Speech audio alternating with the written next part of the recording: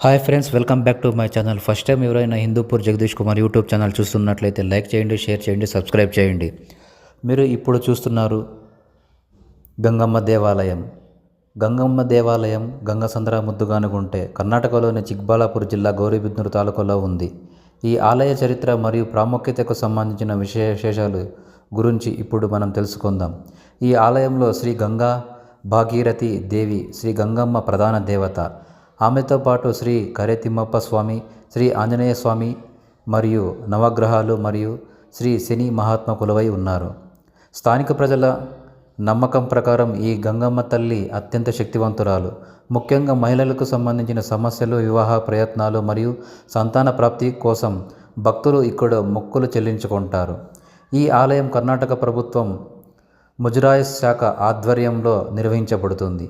గంగమ్మను గంగానది భూమిపైకి వచ్చిన రూపంగా భాగీరథిగా పూజిస్తారు.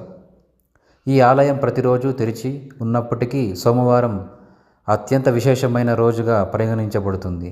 చాలామంది భక్తులు సోమవారం నాడు ఇక్కడకు వచ్చి ప్రత్యేక పూజలు మరియు ఆచారాలు నిర్వహిస్తారు. గంగసంద్ర గౌరీబిదనూరు తాలూకా, చిక్బళ్ళాపూర్ జిల్లా, కర్ణాటక. ఇది చిక్బళ్ళాపూర్ నుండి సుమారు 34 కిలోమీటర్లు మరియు బెంగళూరు నుండి 94 కిలోమీటర్లు అవుతుంది మరియు గౌరీబిదనూరు నుండి కూడా ఇక్కడకు చేరుకోవచ్చు. ఈ ఆలయాన్ని గంగసంద్ర ముద్దుగానుగుంటే గంగమ్మ దేవాలయం అని పిలుస్తారు. స్థానిక కథనాల ప్రకారం పూర్వం ఇక్కడ ఒక కుంట, చెరువు వంటి నీటి కుంట ఉండేది.